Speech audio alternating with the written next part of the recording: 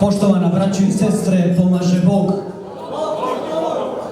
Iskreno mi je zadovoljstvo što u ime porodice Dragojević, koja dijeli kumstvo sa porodicom Minić, imam priliku i čast da mladencima poželim srećno sklapanje braka, kumovima da čestitam kumstvo, a porodici Minić i Rajović da čestitam prijateljstvo jednom zdravicom koja kaže ovako.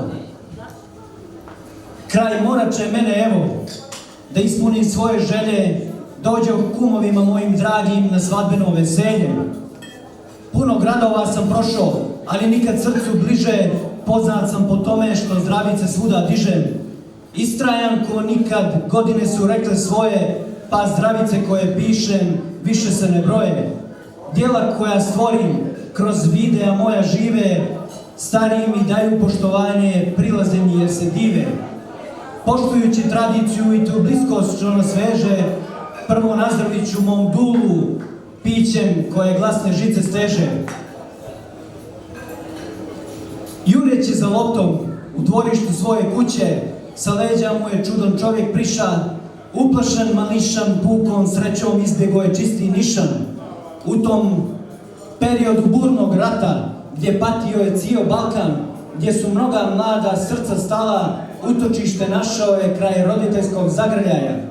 Danas odrastao si čovjek, bez jedne ti si mane, nek te prati sveti Vasilije kroz lijepe ove dane. U bračnome životu nek te sreća uvijek prati, pažnju, ljubav, poštovanje, to je ono što ćeš ženi dati. A ljubav neka otvori vam svaka vrata, to ti želim od svojeg srca, jer te gledam kao brata. Od porodice ja vam želim 4 sina, 4 čeri, da udeš i da ženiš, da se s Marijanom veseliš, pa unučići kada dođu, neka osmijeh ozari vam lica, da se čuje lijep glas od Kosova do Andrijice. Znam, Dušane, da je život bio težak i zato što preživeo si sve te stvari, divim ti se ko čovjeku, ko umjetniku što iz ničeg mnogo pravi. Prošla su vremena teška, nikome tad nije bilo lako, danas ponosno te sa nebesa gleda tvoj čestiti otac Branko. Imam posebnu čast. Hvala.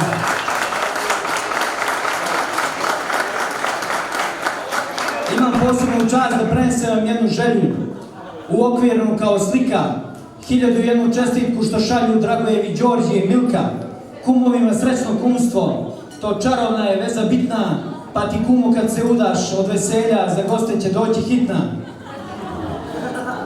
Puno sreće i veselja, ljubavi i slatkog pića, uz čestitku od sveg srca od Blaža Dragojevića. Živjeli!